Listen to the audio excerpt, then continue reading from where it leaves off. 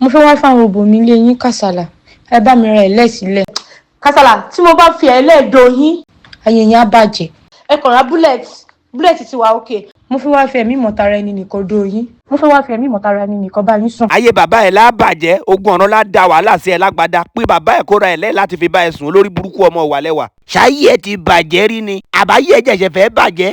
ìwàlẹ́wà ó fẹ́ wá fárùn òbò ẹ lọ́dọ̀ mi ìwàlẹ́wà sẹ́ǹdì òbò ẹ̀hún sí mi kiri ṣé òbò olórí burúkú dómi kí n rànràn yẹn òbò yẹn ló tó fẹ́ wá fárùn ẹ lọ́dọ̀ mi ó fẹ́ wá fá àkóbá àti àdàbá sínú ilé mi àbí ìwàlẹ́wà ó fẹ́ wá fi ẹ̀mí ìmọ̀tara ẹni nìkan bá mi sùn nínú ilé mi ìwàlẹ́wà. ò ní lẹ́mìí gígùn ìwàlẹ́wà èyí tó yẹ kó kúkú sọ fún mi pé ó fẹ́ wá jalè olórí burúkú owó tó jẹ́ mi ò dé ìsan tó bá fárùn òbò ilé ìwàlẹ́wà àfàgbẹ̀yẹn nìyẹn o ogun ọ̀run lọ́nà méje lá bá ẹja pẹ̀lú ìwà tẹ̀m̀bẹ̀lẹ̀kú tó bá mi wù lọ́sàn-án ó fẹ́ dómi kí n lè gbàgbé gbèsè tó jẹ màá lọ síbẹ̀rẹ̀ grand lórí ọ̀rọ̀ ayé ẹ̀ ìwàlẹ́wà ọlọ́run lápè ẹ̀ sọ́dọ̀ ogun ọ̀run lábùfọ́jú lù ẹ̀ dànù ó máa ṣẹ̀wọ̀n àgbáyé ni lágbára ọlọ́run lágbára orí mi ẹlẹ́dàá mi ò ní ṣàmọ́dún màá bẹ̀rẹ̀ sí ní ránṣẹ́ ogun sí ẹ báyìí màá máa yálé mọ́ ẹ tó o bá sùn ò ní sùn re tó o bá jí ò ní jí ire mi ni wàá máa rí lójú àlá eégún á máa lé ẹ kiri ní ìwàlẹ́wà bẹ́ẹ̀ ni mo sọ fún ẹ lọ fá irun òbò orí burúkú dómi kí n ṣẹ̀wọ̀n yẹn sílé yín.